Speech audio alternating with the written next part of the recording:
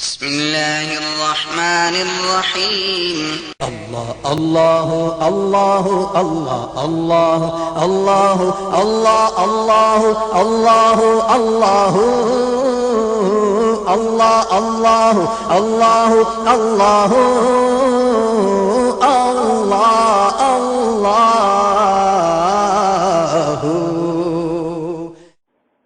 الله رب سيدنا محمد صلى الله عليه وسلم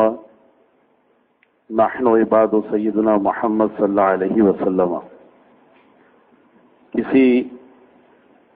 خطبے کے تکلف کے بغیر، کیونکہ ایک وقت بھی کافی ہو گیا، مجھے پہلے حاضر ہونا تھا. میں معذرت چاہتا ہوں کیونکہ آج میرا بالکل رابطہ نہیں ہوا منتظمین سے، تو میں یہی سمجھا کہ حالات کی خرابی کے باعث شاید پروگرام پوسٹ پونڈ ہو گیا ہے. مجھے یہ حکم دیا گیا تھا کہ مہاجر کون اس عنوان پر خطاب کرنا ہوگا، اور آپ اور ہم جانتے ہیں کہ مہاجر اسے کہتے ہیں کہ جو ہجرت کرتا ہے، اور ہجرت کا معنی ہے ترک کرنا، یعنی کسی بھی شے کو، کسی بھی چیز کو چھوڑ دینا. یہ لغوی معنی ہے، اور اس کا اصطلاحی معنی یہ ہے کہ اللہ تبارک و تعالی کے دین کی خاطر اپنے اندر انقلاب برپا کرنا، یہ بھی ہجرت ہے، اور ایک علاقے سے دوسرے علاقے کی طرف نقل مکانی کر جانا، وہ بھی ہجرت ہے. علماء اسلام نے ہجرت کی 5 مختلف اقسام بیان کی ہیں. یعنی احوال کا تغیر، یہ بھی ہجرت کہلاتا ہے کہ کوئی دین اسلام سے دور تھا، اب قریب آ گیا، یہ بھی ہجرت ہے. اور شدائد اور مصائب کے پیش نظر اپنے دین پر عمل کرنے کو آسان بنانے کے لیے مشکل جغرافیہ سے، مشکل حالات سے نکل کر کسی دوسری جانب چلے جانا، یہ بھی ہجرت ہے. جیسے مکہ شریف میں رہتے ہوئے صحابہ اکرام نے حبشہ کی جانب ہجرت کی، اور پھر اس کے بعد مدینۃ المنورہ کی جانب حضور علیہ الصلاۃ والسلام کے حکم پر ہجرت ہوئی. اور اسی طرح ہجرت کی ایک قسم یہ بھی ہے کہ جو قرب قیامت میں تمام اہل ایمان حضرت ابراہیم خلیل اللہ علیہ الصلاۃ والسلام نے کنعان سے شام کی طرف ہجرت فرمائی تھی، تو حضرت ابراہیم علیہ السلام کی جگہ پر سارے اہل ایمان جمع ہو جائیں گے. حضرت امام مہدی کا ظہور بھی دمشق سے ہے، اور حضرت عیسیٰ علیہ الصلاۃ والسلام ان کا نزول بھی وہیں پر ہے، تو اسے بھی علماء شریعت اسلامیہ نے ہجرت کا نام دیا ہے. تو اس طرح ہجرت کی یہ مختلف اقسام ہیں.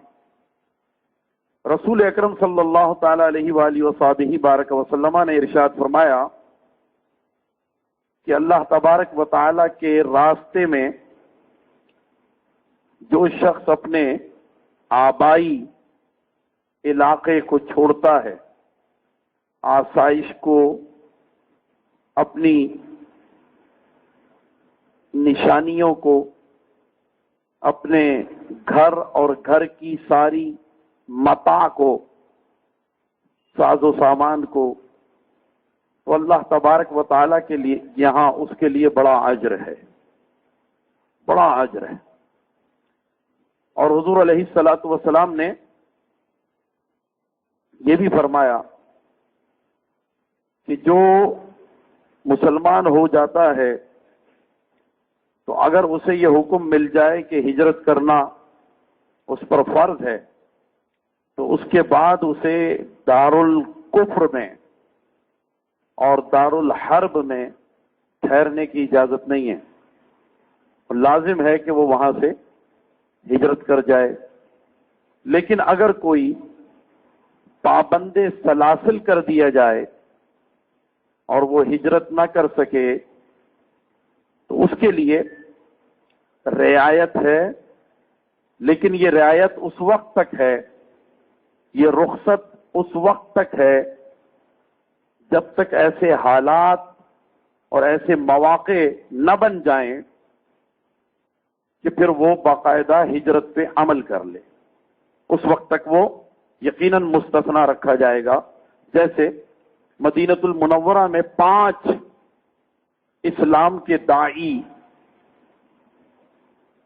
ہجرت نہ کر سکے اور مکہ شریف میں رہ گئے. اسلام کے داعی تھے وہ 5. ان میں سے 3 وہ تھے جنہوں نے یہ کہا کہ ہجرت ضروری نہیں ہے، ہم یہاں اللہ کے گھر کو چھوڑ کر نہیں جانا چاہتے، بیت اللہ شریف میں رہیں گے. اور 2 افراد وہ تھے کہ جنہیں ان کے عزیز و اقارب نے، ماں باپ نے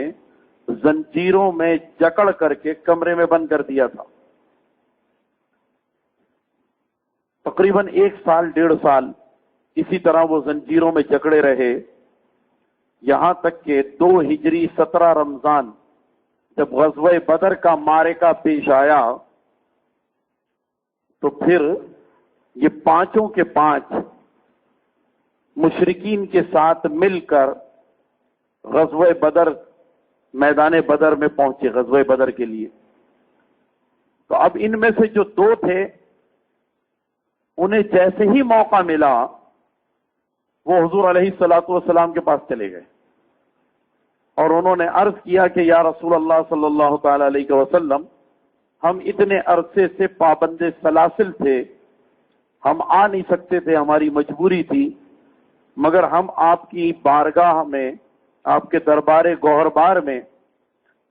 حاضر ہونے کے لیے تڑپتے تھے اور یہ جانتے تھے کہ ہجرت ہم پہ فرض ہے، لیکن ہمیں زنجیروں میں جکڑا ہوا تھا. اب آزادی مل گئی ہے تو ہم آپ کے ساتھ ہی رہیں گے. چنانچہ وہ پھر واپس مکہ شریف نہیں گئے، وہ مدینۃ المنورہ میں رہ گئے.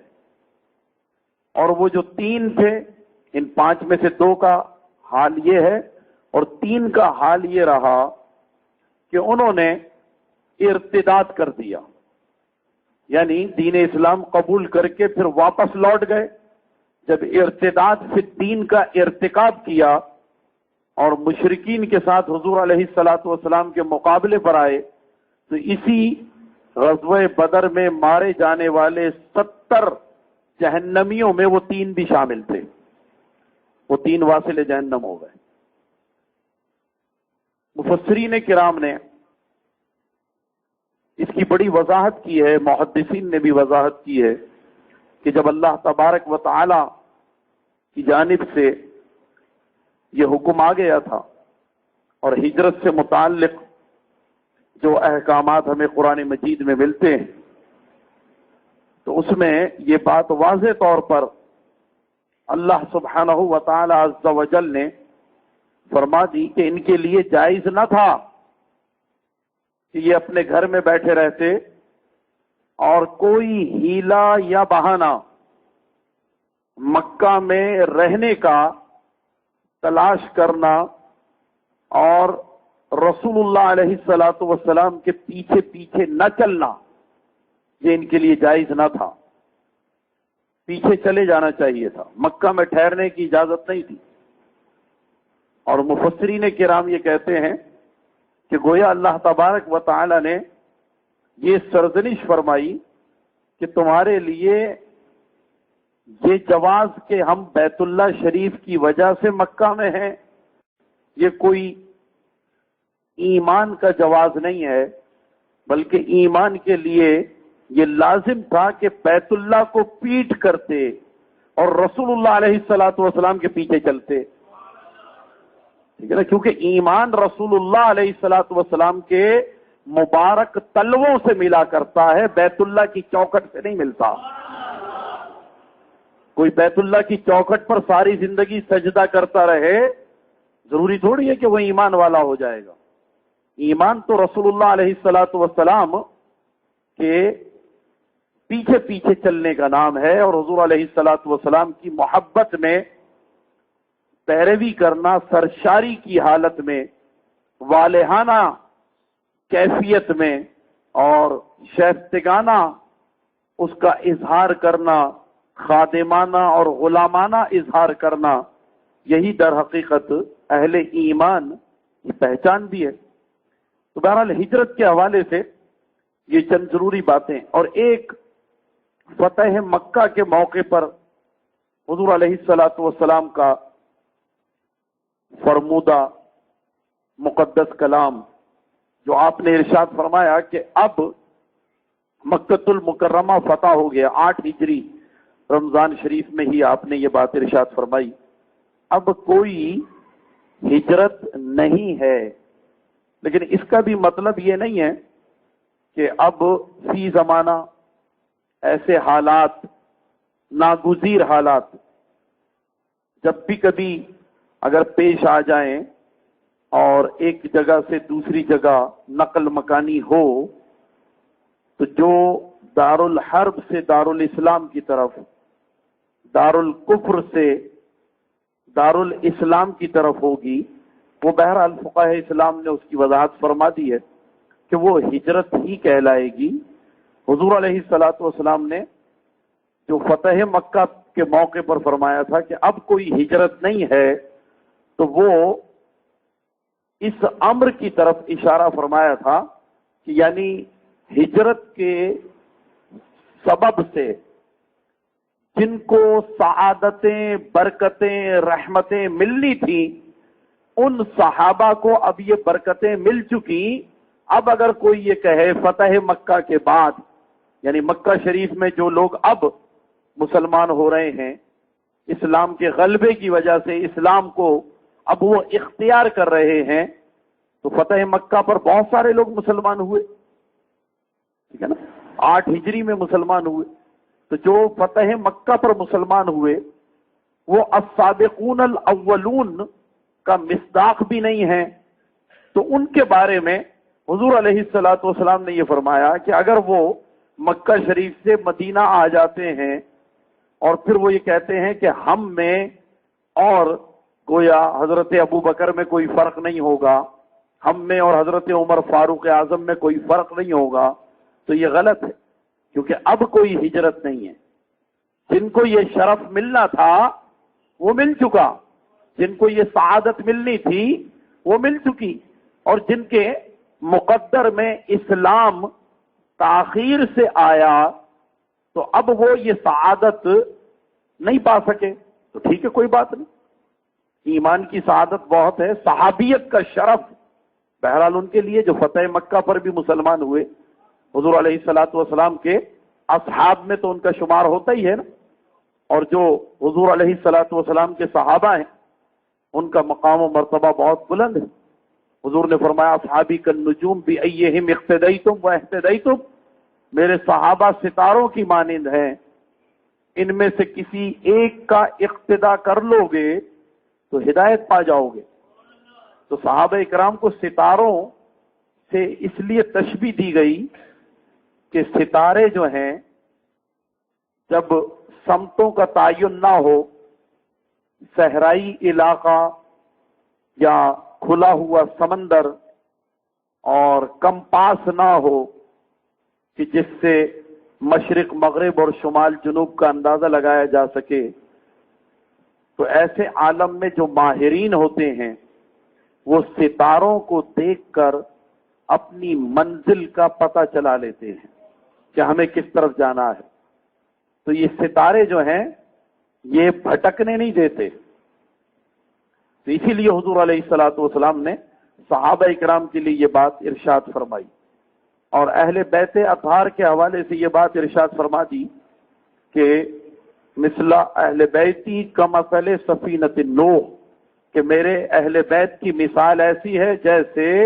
حضرت نوح علیہ السلام کا سفینہ. اور پھر فرمایا کہ جو اس میں سوار ہو گیا فرکب علیہا فنجا، اس کو نجات مل جائے گی،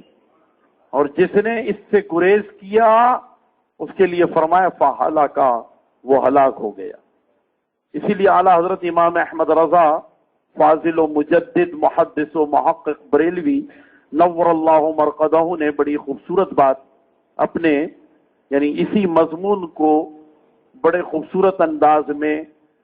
2 مصروں میں سمیٹ کر بیان کر دیا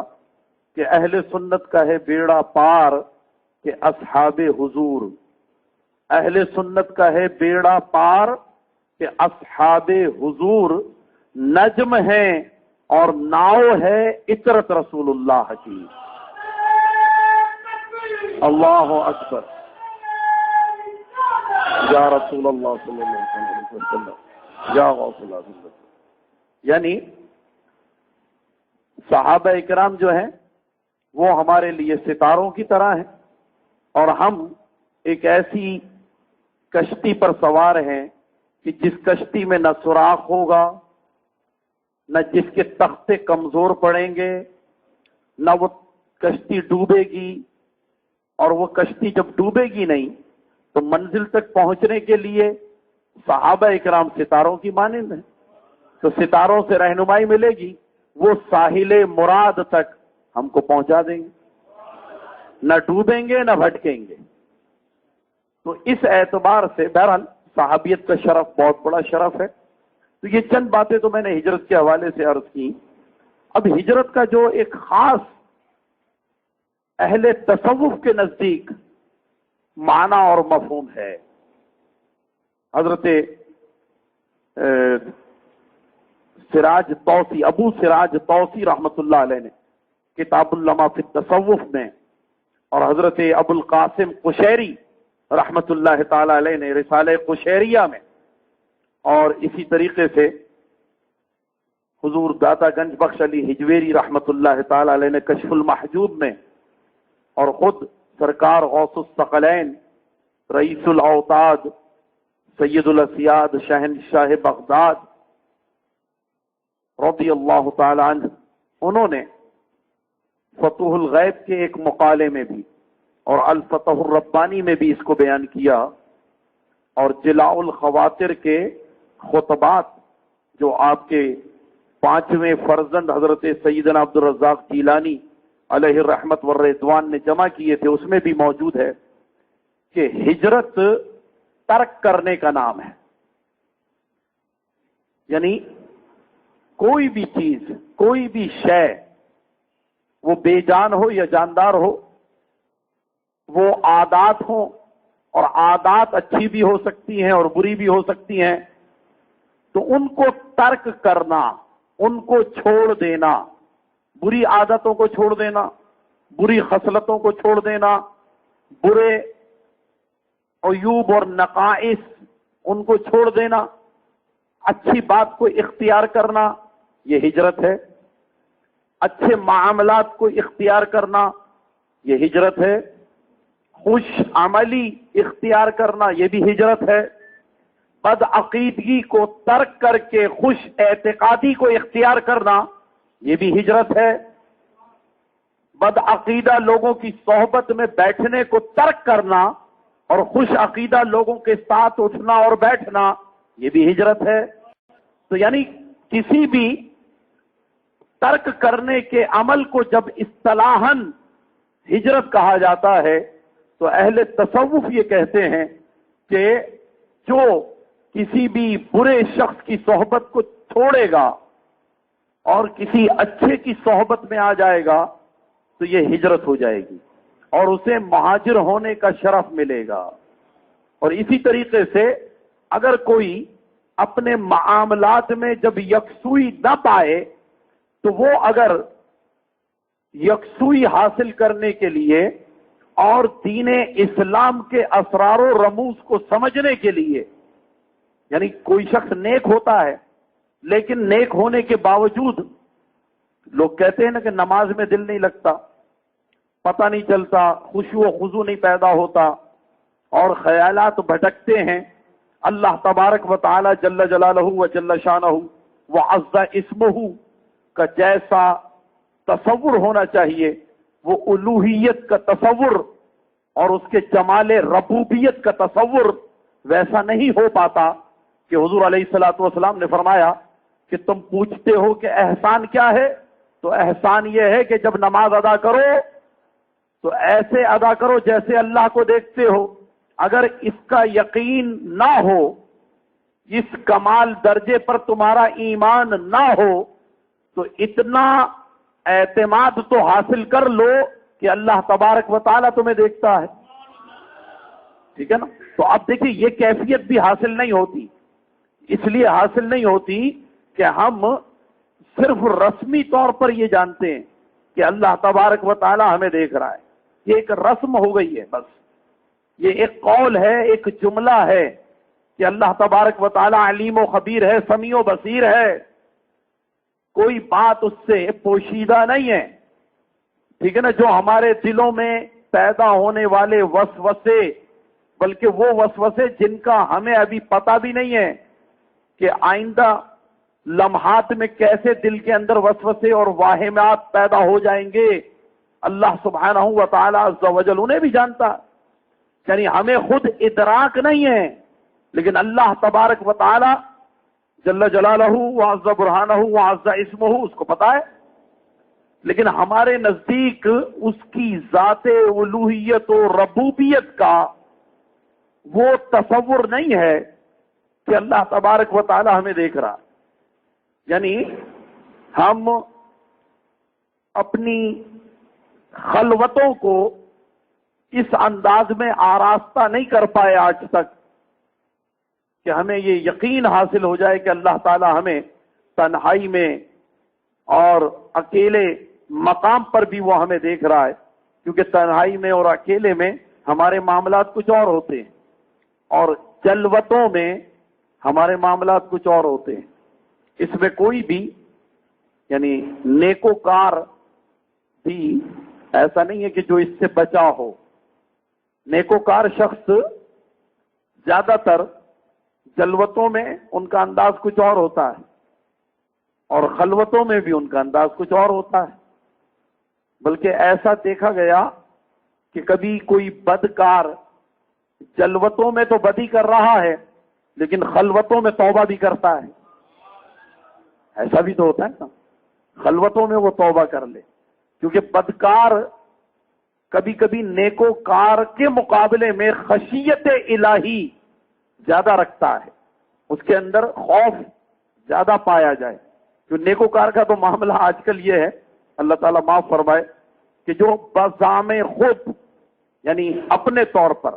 خود ستائشی کی جو کیفیت میں ہوتے ہیں نا کہ بھئی میں کچھ ہوں، میں عالم دین ہوں، کسی کا دعویٰ ہو میں سماجی رہنما ہوں، کسی کا دعویٰ ہو کہ میں سیاسی رہنما ہوں، تو یہ سب جب اپنے زوم میں اپنی دانست میں لوگوں کی طرف سے ملنے والی عزتوں کو ان کا ظرف جب برداشت نہیں کر پاتا تو یہ کیا ہوتا ہے، یہ اپنے آپے سے باہر ہونے لگتے ہیں۔ اردو میں ایک بڑا اہم محاورہ بولا جاتا ہے کہ اگر کم تیل کڑھائی میں ڈال دیا جائے، اس کو کہتے ہیں کہ تھوڑے پانی میں پوٹھیا ابلائے، یعنی اگر آپ بیسن کیے کہ پکوڑے بنائیں، زیادہ تیل ہوگا تو پکوڑے صحیح بنیں گے، تیل اگر کم ہوگا تو وہ جیسے ہی ڈالیں گے تو وہ اچھلنے لگے گا، تو اس کا ظرف نہیں ہے نا، اس کے اندر اتنا ظرف نہیں تھا، اگر وہ تیل زیادہ ہوتا تو ظرف پیدا ہو جاتا، تو ہر آدمی میں اتنا ظرف نہیں ہوتا۔ یہ جو لوگوں کے اندر رعونت یا تکبر جب پیدا ہوتا ہے، اس میں نیکوکار بھی داخل ہو جاتے ہیں۔ میں یہی بات عرض کرنا چاہ رہا ہوں کیونکہ نیکوکار کے معاملات ایسے ہوتے ہیں کہ انہیں اپنے اوپر بڑا زوم ہوتا ہے، اور وہ ایک یعنی کبھی کسی عام آدمی سے بھی الجھ جاتے ہیں، راستہ چلتے ہوئے الجھ جاتے ہیں، گاڑی میں چلتے ہوئے الجھ جاتے ہیں، کسی کو تانا دیتے ہیں۔ حالانکہ فقہاء اسلام کا اس معاملے میں ایک بڑا واضح طور پر جزیہ موجود ہے کہ اگر کوئی معاشرہ، اسلامی معاشرہ، اس اسلامی معاشرے میں ترک سنت کرنے والے مسلمانوں کی تعداد زیادہ ہو جائے تو پھر ان کو اس حوالے سے سامنے آ کر یعنی مطعون نہیں کیا جائے گا۔ اگر انہیں مطعون کریں گے تو ممکن ہے کہ ایک سنت کا تارک ہے، ضد میں دوسری سنت کو بھی ترک کر بیٹھے گا۔ یہ فقہاء اسلام نے کہا ہے۔ اب جیسے ہمارے معاشرے میں یعنی میں سمجھتا ہوں کہ داڑھی رکھنے والے اور داڑھی نہ رکھنے والے، اگر ان کی ہم شرح نکالیں، مردم شماری اس بنیاد پر کریں کہ بھئی داڑھی کتنے مسلمانوں نے رکھی ہے اور کتنے مسلمانوں نے نہیں رکھی ہے، تو اب یعنی بالکل پرٹیکولر مجموعی طور پہ تو کہا جائے گا، ان کو دعوت دی جائے گی کہ جو داڑھی منڈے ہیں وہ ٹھیک نہیں کر رہے، انہوں نے سنت کو ترک کیا ہے، اور یہ وہ گناہ ہے جو مسلسل نامہ اعمال میں لکھا جاتا ہے۔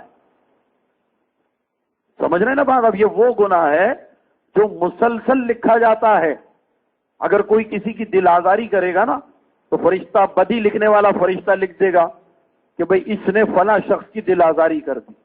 اس نے فلاں شخص کا حق مار لیا، تو ایک دفعہ لکھ دیا۔ جھوٹ بولا تو اس شخص نے جھوٹ بولا، غیبت کی بھئی اس شخص نے غیبت کی، یہ نامہ اعمال میں اس کے سیاہ کارنامے لکھے جا رہے ہیں۔ لیکن داڑھی کے بارے میں اکثر علماء کا یہ فیصلہ ہے، اور خاص طور پر اعلیٰ حضرت امام احمد رضا رحمۃ اللہ تعالی علیہ، انہوں نے اس کو واضح فرمایا ہے کہ داڑھی نہ رکھنے کا گناہ وہ ہے، کیونکہ یہ مستقل ایک چیز ہے نا، یہ ایک مستقل چیز ہے، تو یہ وہ گناہ ہے جس میں چہرہ، بشرا، حلیہ، سراپا، یہ سب کچھ جو ہے وہ اس میں فرشتے جب دیکھتے ہیں لکھنے، بدی لکھنے والا، تو وہ مسلسل لکھتا رہتا ہے کہ اس شخص نے داڑھی نہیں رکھی، اس شخص نے داڑھی نہیں رکھی، یہ تارک سنت ہے، یہ تارک سنت ہے، یہ تارک سنت ہے، وہ لکھتا جا رہا ہے، یہ تارک سنت ہے، یہ تارک سنت ہے۔ اب کسی کی اصلاح ہو گئی، انہوں نے کہا ہاں اب اس نے آج اس طرح نہیں لگایا، آج اس نے اس طرح نہیں لگایا، اس نے قینچی نہیں لگائی، یہ رکھ رہا ہے۔ تو اس طرح کا معاملہ ہے۔ یہ واحد گناہ ایسا ہے، یعنی داڑھی نہ رکھنے کا گناہ ایسا ہے جو مسلسل نامہ اعمال میں لکھا جا رہا ہے، 24 گھنٹے لکھا جا رہا ہے، ہر حالت میں لکھا جا رہا ہے۔ لیکن اس کو اجتماعیت کے اعتبار سے اصلاحی پہلو سامنے رکھ کر تو گفتگو کی جائے گی، لیکن کسی شخص کو پرٹیکولر آواز دے کر کہ اے عبد الرحمان تم بہت برے آدمی ہو، تم نے داڑھی نہیں رکھی، اس کو مطعون نہیں کیا جائے گا۔ ٹھیک ہے نا؟ یہ فقہ اسلام نے جزیہ بیان کیا ہے کہ پرٹیکولر کسی شخص کو نامزد کر کے نہیں کہا جائے گا، کیونکہ وہ اکیلا تھوڑی اس بات کا ذمہ دار، پورا معاشرہ جو ہے، معاشرے میں اکثریت ایسے لوگوں کی ہو گئی ہے۔ تو اس اعتبار سے داڑھی نہ رکھنے کے گناہ پر کسی شخص کو نامزد کر کے مطعون کرنے سے فقہ اسلام نے منع کیا ہے، یعنی اس بات کا تانا نہیں دیا جائے گا۔ اور ہوتا کیا ہے، نیکوکار آدمی، ہاں وہ بھی غلط، وہ ابھی میں وہ بھی عرض کر دوں گا، حضرت صاحب نے توجہ دلائی، ماشاءاللہ، جزاک اللہ۔ تو یہ جو چھوٹی، میں بلکہ کہہ دوں کہ جس کو میرا خیال ہے مختلف کٹ کہتے ہیں، فرینچ کٹ، یہ وہ، اب تو لوگوں نے چہرے کے اوپر جو ہے، ایک صاحب کو میں نے دیکھا، انہوں نے اپنے نام کا جو پہلا حرف تھا نا، الفابیٹ، وہ دونوں طرف بنایا ہوا تھا، یعنی وہ داڑھی کو اس انداز سے انہوں نے وہ کیا، بالوں کو کہ وہ یہاں پر وہ بن گیا، ایس بن گیا، اور یہاں پر بھی ایک ایس بن گیا۔ انہوں نے کہا یہ میری شناخت ہے کہ میرا نام ایس سے شروع ہوتا ہے۔ تو یہ اس طرح کی بھی چیزیں ہوتی ہیں. بہرحال تو یہ سب غلط ہے. داڑھی جہاں واجب یعنی سنت ہی نہیں واجب ہے، اعلیٰ حضرت تو کہتے ہیں قریب واجب اور قریب فرض ہے، تو داڑھی کی مقدار بھی واجب ہے. یہ بھی یاد رکھیے گا، صرف داڑھی نہیں، اس کی مقدار بھی واجب ہے کہ کتنی ہونی چاہیے. اور ہر طرف سے، یہ بھی اچھا ہوا آپ نے توجہ دلائی، ہر طرف سے ہونی چاہیے.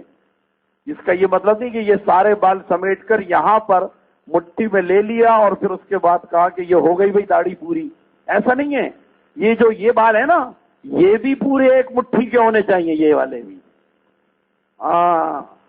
یہ بھی ہونے چاہیے پورے، یہاں سے بھی یکمشت، یہاں سے بھی، یہاں سے بھی، ہر طرف سے. اس کو کہا جائے گا کہ بھئی یہ یکمشت ہے، ایک مشت ہے، ایک مٹھی ہے. بہرحال تو میں یہ عرض کر رہا تھا کہ نیکوکار اگر کسی وقت کبھی کسی سے الجھتا ہے، اگر غیر حاجی سے الجھتا ہے تو کہتا ہے میرے منہ آتا ہے، تجھے پتہ نہیں میں ہر سال حج پہ جاتا ہوں، تو میرے منہ لگتا ہے، تو داڑھی منڈا ہے، لوگ مجھے حاجی کہتے ہیں، خبردار مجھ سے بحث مت کرنا، میں تہجد گزار آدمی ہوں، تو بے نمازی ہے. تو اس طرح کے تانے دینا یہ کیا ہے؟ اصل میں یہ وہ زوم پیدا ہو گیا، اور یہ شیطان جو ہے نا وہ اسی طریقے سے گمراہ کرتا ہے. صحابہ کرام نے پوچھا تھا کہ یا رسول اللہ صلی اللہ تعالی علیہ وسلم، شیطان کے گمراہ کرنے کی صورتیں کیا کیا ہیں؟ جب وہ آیت مقدسہ نازل ہوئی تھی، یا ایھا الذین آمنوا ادخلوا فی السلم کافۃ ولا تتبعوا خطوات الشیطان انہ لکم عدو مبین، تو صحابہ نے پوچھا کہ شیطان تو ایک ہے، اس کے اتنے راستے اللہ نے بیان فرما دیے، خطوات الشیطان. تو حضور علیہ الصلوۃ والسلام نے اپنے عصائے مبارکہ سے ایک لائن ڈرا کی اور فرمایا، سیدھی لائن، فرمایا یہ تو صراط مستقیم ہے. اور پھر فرمایا اس کے آگے دائیں بائیں آڑی ترچھی لکیریں بنا کر وضاحت کے لیے فرمایا یہ شیطان کے مختلف راستے، اور صراط مستقیم کو جہاں سے آغاز فرمایا تو اس کے انتہا تک شیطان کے راستے بنائے، جس سے یہ ثابت ہوا کہ صراط مستقیم پر گامزن ہونے والا کوئی بھی ملت اسلامیہ کا فرد بلوغت کی عمر کے بعد سے لے کر اپنے مرنے تک کبھی بھی شیطان کا شکار ہو سکتا ہے. کیونکہ حضور علیہ الصلوۃ والسلام نے صراط مستقیم پر ایک ہی مقام پر لکیر نہیں لگائی ہے نا. اشۃ اللمعات میں اسی حدیث شریف کی شرح میں شیخ محقق نے یہی بات کی کہ شیطان یعنی حضور کے اس عمل سے اور یہ لکیر کھینچے جانے سے یہ پتہ چلتا ہے کہ شیطان کا حملہ وقت نزع تک ہوگا. کوئی یہ نہ سمجھے کہ میں اب بڑی عمر گزار لی میں نے اور میں نے اتنے حج کر لیے، اب تو میں ٹھیک ہوں، میں نمازیں بھی پڑھتا ہوں، میں رات کو اٹھ بھی جاتا ہوں تہجد کے لیے، تو اب مجھ پر کوئی حملہ نہیں ہوگا. ایسا نہیں ہے. شیطان بلکہ اس پر تو زیادہ حملہ کرتا ہے کہ جو نیکیاں زیادہ سمیٹ لیتا ہے. کیونکہ جہاں شیطان کے مطلب کی دولت ہوگی، وہ قذاق ہے نا، ڈاکو ہے، تو مختلف ڈاکو ہوتے ہیں. کوئی دنیا کی اندر رائج جو کرنسی ہے اس کرنسی کو لوٹنا چاہتا ہے، اور شیطان جو ہے وہ روز آخرت جو کرنسی چلے گی، وہ نیکیوں کا سکہ چلے گا روز آخرت، تو شیطان اس کرنسی کو لوٹنا چاہتا ہے دنیا میں کہ یہ لوٹ لے تاکہ پھر یہ بندہ جو ہے وہاں پر قلاش ہو جائے، وہاں اس کے پاس کچھ بھی نہ ہو، وہاں یہ مفلس ہو جائے اور کنگال ہو جائے. تو اس اعتبار سے میں یہ عرض کر رہا تھا کہ شیطان کے حملہ کرنے کی صورتیں وہ مختلف ہیں. تو حضور علیہ الصلوۃ والسلام نے جہاں یہ باقاعدہ تشبیہ اور استعارے کی مدد سے سمجھایا اپنے اصحاب کو، وہاں یہ بات بھی ارشاد فرمائی کہ وہ یوں بھی حملہ کر سکتا ہے کہ بندہ یہ سمجھے کہ میں تو نیک کام کر رہا ہوں، جبکہ وہ نیک نہیں کر رہا، شیطان اس کے پیچھے لگا ہوا ہے. اب وہ نیک کام کیا ہے؟ دیکھیے یہی بات، یعنی ریاکاری کے ساتھ کوئی عمل کرنا تو شیطان پیچھے لگ گیا. اپنے علم پر تکبر کرنا، سمجھ لیجئے شیطان پیچھے لگ گیا. اپنی عبادات پر تکبر کرنا، شیطان پیچھے لگ گیا. اپنے سفر حج کو انگلیوں پر گن کر بیان کرنا، اور اس کے بارے میں تو ایک واضح حدیث بھی ہے کہ پیارے آقا مدنی تاجدار نبی مختار صلی اللہ تعالی علیہ وآلہ وصحبہ بارک وسلم نے یہ فرمایا، جب صحابہ اکرام نے اس پر بھی یہ سوال کیا تھا کہ جب آنے والے دور میں اتنے مسلمان ہوں گے تو پھر کیسے مسلمانوں کی گویا ہوا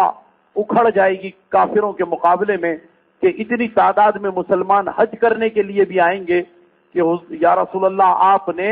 محض ان کی آسانی کی خاطر دور سے حجر اسود کا استلام کر لیا، جب اتنی تعداد میں آئیں گے تو ملت اسلامیہ تو بہت زیادہ ہوگی، تو کافر اور مشرک ان سے ڈریں گے۔ تو حضور نے فرمایا بات ایسی نہیں ہے،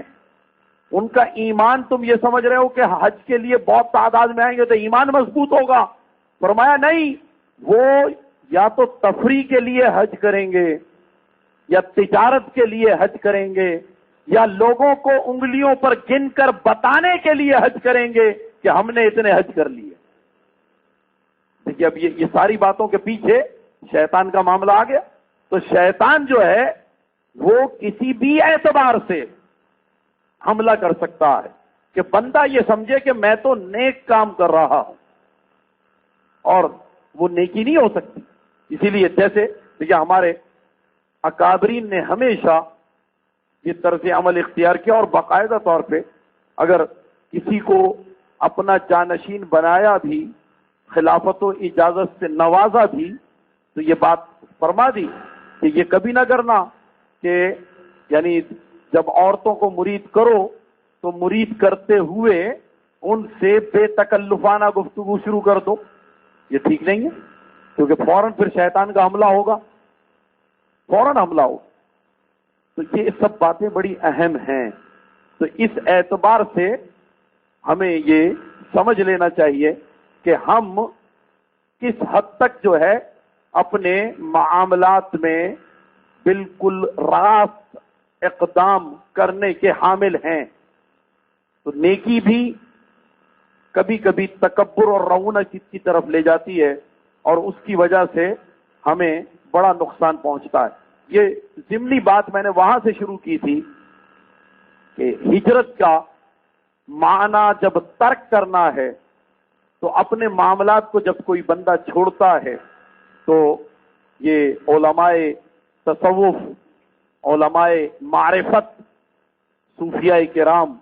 یہ فرماتے ہیں کہ اگر کوئی شخص اپنی ذات میں یکسوئی کی خاطر،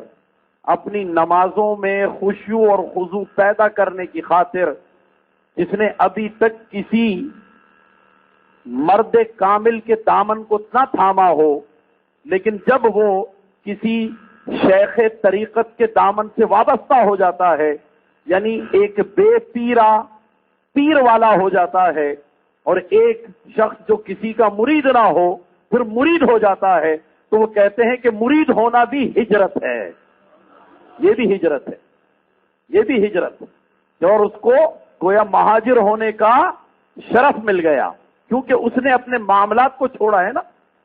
ایک بہت بڑا انقلاب برپا ہوتا ہے، توبہ کرتا ہے اپنے سارے معاملات پر، اور آئندہ کے لیے نیک عمل کے لیے ثابت قدمی کی دعا اپنے پیر طریقت کے ساتھ مل کر کے کرتا ہے، اپنا سودا کرتا ہے، اپنا ہاتھ شیخ کامل کے ہاتھ میں دے کر اپنا سودا کرتا ہے کہ میں نے اپنے آپ کو بیچ دیا۔ اور پھر جب پیر کی طرف سے یہ ہدایت ملتی ہے کہ بس یہ احساس ہر وقت رکھنا کہ میں تمہیں دیکھ رہا ہوں، کیونکہ کسی سامنے ہونے اور زندہ ہونے اور ہر وقت ملنے جلنے کے حوالے سے اب تو اتنے آلات موجود ہیں، ٹیلی فون، موبائل وغیرہ، کہ فون بھی کر لیا اپنے شیخ کو، تو ہر وقت ایک احساس رہتا ہے۔ اچھا پھر اپنے برادران طریقت سے بھی خوف رہے گا، یار میں کوئی غلط کام کروں گا نا تو یہ تو پیر صاحب کو بتا دے گا، تو پھر مسئلہ پیدا ہو جائے گا۔ تو یہ تصور شیخ کی جب بھی ہدایت تھی نا ہمارے علماء صوفیہ اور مشائخ نے، تو اس کا مقصد یہ نہیں ہے کہ صرف تم ایک ہی شخص یعنی شخصیت پرستی اس کا مقصد نہیں ہے، بلکہ اس کا مقصد یہی ہے کہ کیونکہ تمہارا ذہن، تمہارا دماغ، تمہارا شعور، تمہاری یعنی بصیرت وہ اس طرف تمہیں لے جاتی ہے کہ جو چیز آنکھوں سے نظر نہیں آتی، یعنی بصارت سے کوئی چیز نظر نہیں آتی، بصارت کہتے ہیں آنکھوں کو، تو جب آنکھوں سے جو چیز نظر نہیں آتی تو بصیرت جو اس کے پیچھے ہوتی ہے، دل کی آنکھ، تو وہ کہتی ہے کہ نہیں ہے کوئی دیکھنے والا، نہیں ہے کوئی دیکھنے والا۔ تو اسی لیے اللہ کا وہ تصور ہمارے اندر جاگزی نہیں ہوتا۔ اور یہ جو مشائخ کرام کہتے ہیں، یہ در حقیقت اللہ تعالی تک پہنچانے کے لیے ہدایت جاری کرتے ہیں کہ یاد رکھو اب میں تمہارے اعمال پر گواہ رہوں گا، تم نے غلط کام کیا تو مجھے پتہ چل جائے گا، لہذا ہر وقت میرا تصور کرو۔ تو اب اگر وہ برائی کرنا چاہتا ہے مرید، اسے خیال آتا ہے یار میرا شیخ مجھے دیکھ رہا ہوگا، میرا شیخ مجھے دیکھ رہا ہوگا،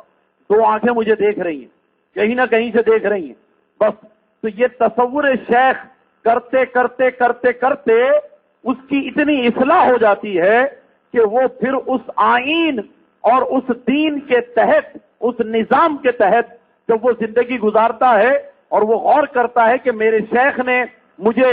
گویا اس نظام کی طرف لگا دیا، اس آئین کی طرف لگا دیا جو آئین مصطفیٰ ہے، جو نظام مصطفیٰ ہے، تو پھر وہ حضور علیہ الصلوۃ والسلام کے تصور میں ڈوبتا ہے۔ اور جب حضور علیہ الصلوۃ والسلام کا تصور کرتا ہے تو پھر حضور کے سراپائے اقدس کا تصور، حضور کے حسن و جمال کا تصور، حضور علیہ الصلوۃ والسلام کے حسی معجزات کا تصور، حضور علیہ الصلوۃ والسلام کے تمام تر پہلوؤں میں پائے جانے والے کمالات کا تصور اسے اس طرف لے جاتا ہے کہ اللہ تبارک و تعالی جس نے میرے پیارے آقا مصطفیٰ کریم صلی اللہ تعالی علیہ وآلہ وسلم کو ایسا شاہکار بنایا ہے، تو پھر وہ اپنے رب ذوالجلال کے تصور میں ڈوب جاتا ہے۔ گویا تصور شیخ ترقی کرتے کرتے اس کو اللہ تبارک و تعالی کے تصور میں اس منزل تک پہنچا دیتا ہے جہاں جا کر وہ فنا فی اللہ اور پھر اس کے بعد باقی باللہ کی منزل پر فائز ہوتا ہے۔ تو معلوم یہ ہوا کہ ہمارے یہاں جتنی بھی عیوب و نقائص اور جتنے بھی فواحشات اور منکرات اور باطل خواہشات، ان سب کو ترک کرنے کا اور نیک معاملات کو اختیار کرنے کا نام یہ ہجرت ہے۔ اور جو اس طرح کا عمل کرتا ہے اور نیکی کے راستے پر گامزن ہو جاتا ہے، برائی کو چھوڑنے کا عہد کر لیتا ہے، تو وہ مہاجر ہونے کا شرف حاصل کرتا ہے۔ آج کل کی جو ہماری سوسائٹی اور ہماری معاشرتی ذمہ داریاں ہیں، ان ذمہ داریوں میں یہ بات بڑی اہم ہے کہ ہمیں اپنے عقیدے اور نظریے کی سلامتی کی فکر کرنا، کیونکہ ایسا بھی ہوتا ہے کہ خوش عملی جب دیکھی جاتی ہے نا کسی کی، تو اس کی طرف سے دل کے اندر ایک رقیق جذبہ، ایک حلم پیدا ہو جاتا ہے۔ حالانکہ حلم یعنی حلیم الطبع ہونا، یعنی کسی شخص کا روادار اور بردبار ہونا، یہ تو اپنے ہم نظریہ، اپنے ہم عقیدہ اور اپنے ہم مسلک کے لیے ہے، نہ کہ جو بھی خوش عمل نظر آ جائے تو ہم اس کے لیے یہ سوچیں کہ بھئی یہ شخص جو ہے یہ تو بڑا اچھا آدمی ہے، یہ نیک کام کرتا ہے، یہ ایسا کرتا ہے، یہ ویسا کرتا ہے۔ تو اس طرح کے جو معاملات ہوتے ہیں، یہ معاملات عقیدے کو اور نظریے کو بہت ٹھیس پہنچاتے ہیں۔ میں اس کی کوئی واضح مثال اگر پیش کرنا چاہوں تو میں جو سمجھتا ہوں، میں ایک بات ضرور عرض کر دوں، اور مقصد کوئی ہماری یہ نہیں ہے کہ ہم کوئی فرقہ وارانہ گفتگو کر رہے ہیں، لیکن اس بات کو سمجھانے کے لیے یہ بات بہت ضروری ہے۔ دیکھیے، یہ ابھی جو ایک امریکہ نے سازش کر کے جماعت الدعوہ کے بد عقیدہ، بڑے پکے نجدی وہابی حافظ سعید کی جو سر کی قیمت مقرر کی نا، یہ ایک سازش ہے، کیونکہ اس کو شہرت دلوانی مقصود تھی اور اس کو بڑے یعنی کچھ شارٹ کٹ لگوا رہے تھے جب بھی وہ دفاع پاکستان ریلی اور جلسہ اور یہ اور وہ سب چیزیں. اب اس کا نتیجہ کیا نکلا کہ امریکہ دشمنی میں ہمارے اپنے لوگ جو ہیں وہ گفتگو کرنے لگے. میں ایک پروگرام کے سلسلے میں world federation of Islamic mission Aleemiyah institute of Islamic studies جو مولانا نورانی کی بڑی بہن اور بہنوئی نے قائم کیا تھا، مولانا فضل الرحمان انصاری صاحب نے، اسلامک سینٹر نارتھ ناز آباد میں، تو میں وہاں گیا ہوا تھا. تو وہاں ایک مفتی صاحب، مفتی عمیر، وہ وہاں پہ استاد ہیں، پڑھاتے ہیں. تو ان سے ایسی میری بات ہو رہی تھی، تو مفتی عمیر جیسے یعنی سنی طلبہ کو پڑھاتے استاذ العلماء ہیں، ان کے دل میں بڑا نرم جذبہ تھا حافظ سعید کے لیے. وہ کہنے لگے بھائی وہ یار امریکہ سے ٹکرا گیا ہے وہ. میں نے کہا آپ نہیں سمجھ رہے، یہ سب کچھ سازش ہے، یہ سب کچھ غلط ہے. کہنے لگے نہیں بھائی کچھ بھی ہے. میں نے کہا پکا وہابی ہے. تو ان کے منہ سے نکلا یار وہابیت کو ایک طرف رکھیے آپ، امریکہ کا دشمن تو ہے نا. اب دیکھیے کیا ہوا، یہ جملہ میرے نزدیک کہ وہابیت کو ایک طرف رکھیے، میرے نزدیک تو یہ تو قابل گرفت ہے. اس پہ تو توبہ کرنی پڑے گی، اس پر تو تجدید ایمان کرنا پڑے گا، کیونکہ اس نے وہابیت کو یعنی بالکل ایک معمولی اور ہلکی بات سمجھا، جبکہ وہابیت جو ہے وہ سراسر اول تاخر سب کچھ حضور علیہ الصلوۃ والسلام کی گستاخی کا نام ہے. تو ایسے برے عمل کو ہلکا سمجھنا، تو اس کا مطلب کیا ہوا؟ اس کا مطلب یہ ہوا کہ وہ واقعی اپنے ایمان سے گیا. تو بہرحال کہنے کا مقصد یہ ہے کہ کسی کے اندر کوئی ایسی بات جب نظر آتی ہے تو عقیدے اور نظریے کو بہت زبردست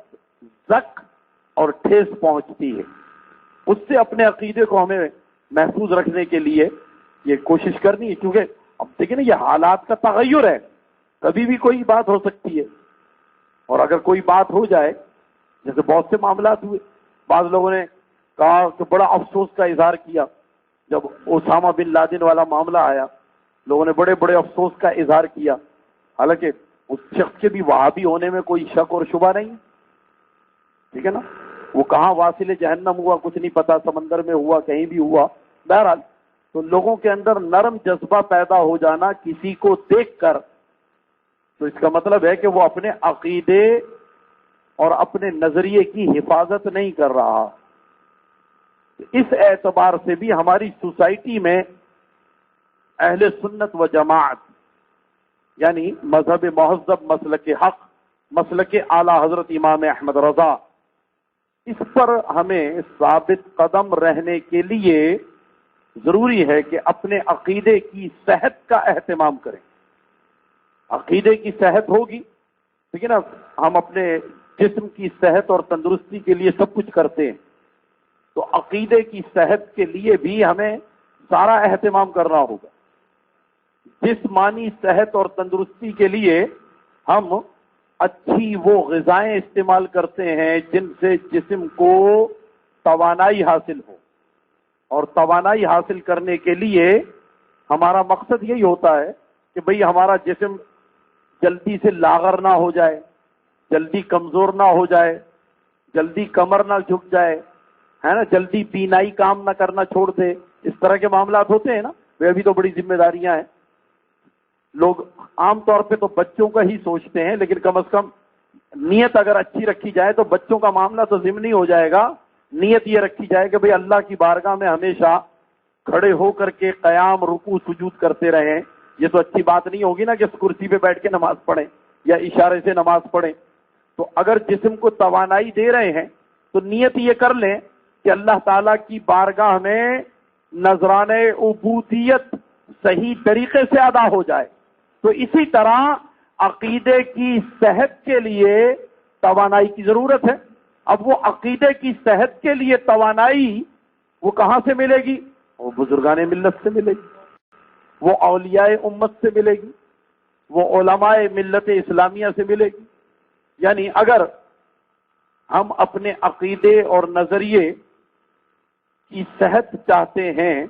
تو ہمیں اس کا ابلاغ کرنا ہوگا، اس کا پرچار کرنا ہوگا، بار بار اس کا اظہار کرنا ہوگا،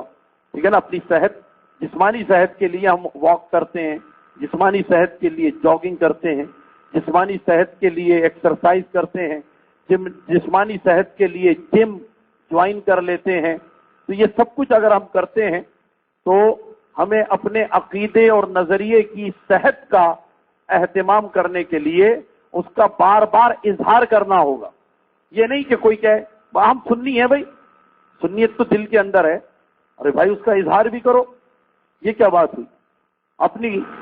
خوش عقیدگی کا اظہار یہ بہت ضروری ہے، اسی سے عقیدہ مضبوط رہے گا.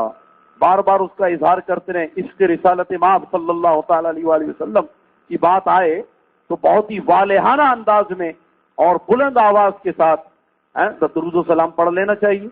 تاکہ سننے والا جو ہے وہ بھی گواہ ہو جائے، وہاں کا ماحول، وہاں کی فضا، وہاں کا انوائرمنٹ سب گواہ ہو جائے کہ بھئی یہ واقعی درود و سلام پڑھنے والا شخص ہے.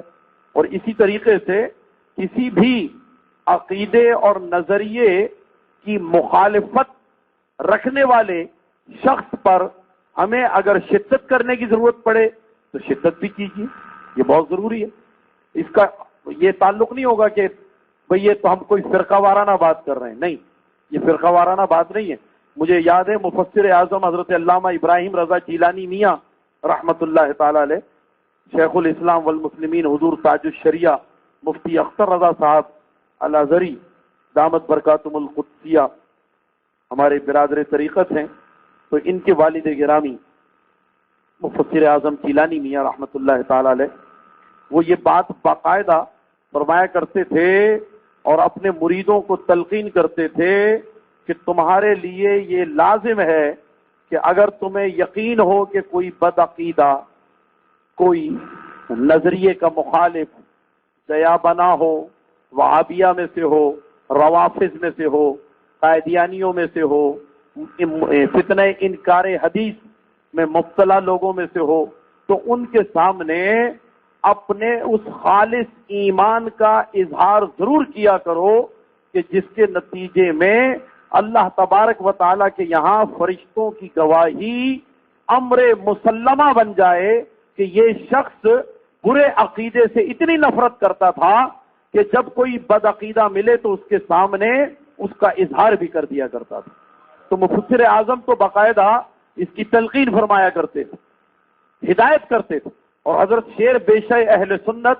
حضرت مولانا حشمت علی صاحب رحمت اللہ تعالی علیہ وہ بھی خاص طور پر اس بات کی ہدایت فرمایا کرتے تھے کہ یہ ضروری ہے. اور دیکھیے اعلیٰ حضرت نے بھی ہدایت کی ہے نا، دشمن احمد پہ شدت کیجئے، ملحدوں کی کیا مروت کیجئے، غیظ میں جل جائیں بے دینوں کے دل، یا رسول اللہ کی کثرت کیجئے. ٹھیک ہے نا، تو یہ کرنا چاہیے. یہ ان کے ساتھ اللہ اکبر، یا رسول اللہ صلی اللہ تعالی علیہ وسلم جاری رہے زندہ. تو عقیدے کی صحت کا تعلق اس بات سے ہے کہ وہ عمل بار بار کیا جائے.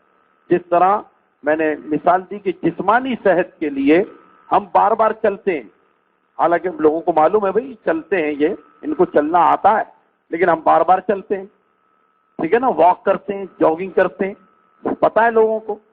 تو اب اسی طرح عقیدے کا تعلق جو ہے صرف یہ نہیں ہے کہ بس دل میں عقیدہ موجود ہے، وہ رہے مگر اس کا اظہار کریں، بار بار اظہار کریں کہ بھئی یہ سنی ہے، یہ حضور علیہ الصلوۃ والسلام کا نام نامی اس میں گرامی سن کر تقبیل ابہامین کا عمل کرتے ہیں، یعنی بہت ہی محبت کے ساتھ اپنے انگوٹھوں کو چوم کر آنکھوں کو لگا لیتے ہیں، چاہے کہیں بھی ہو. جب بھی آپ اذان سنیں، آپ بس میں بیٹھے ہیں، گاڑی میں بیٹھے ہیں، محفل میں بیٹھے ہیں، نہ شرمانے کی ضرورت ہی نہیں ہے، بالکل نہیں، قطعی طور پہ نہیں. عمل کرنا چاہیے، بالکل علل اعلان کرنا چاہیے. اسی طریقے سے حضور علیہ الصلوۃ والسلام کا نام نامی اسم گرامی سن کر درود و سلام کی کثرت کرنی چاہیے. صحابہ اکرام رضوان اللہ تعالیٰ عنہم اجمعین کا نام سن کر، اہل بیت اطہار رضوان اللہ تعالیٰ عنہم اجمعین کا نام سن کر ان سے اپنی محبت کا اظہار کرتے رہنا چاہیے، تاکہ اسی طرح اولیاء اکرام کہ جب بات ہو تو اس کا خاص طور پر ذکر کرتے رہنا چاہیے. کوئی اگر پوچھے کہ بھئی آپ کے مزاج بخیر ہیں تو اپنے عقیدے کا اظہار اسی میں کر دینا چاہیے.